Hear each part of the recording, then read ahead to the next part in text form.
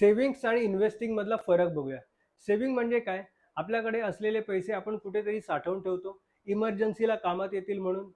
सहजासहजी काढता येऊ शकले पाहिजे अशा ठिकाणी इन्व्हेस्ट करतो.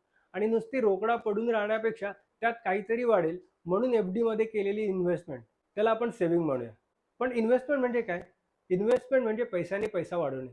काहीतरी उद्दिष्ट मनात ठेवून तुम्ही ती इन्व्हेस्टमेंट केली असणे.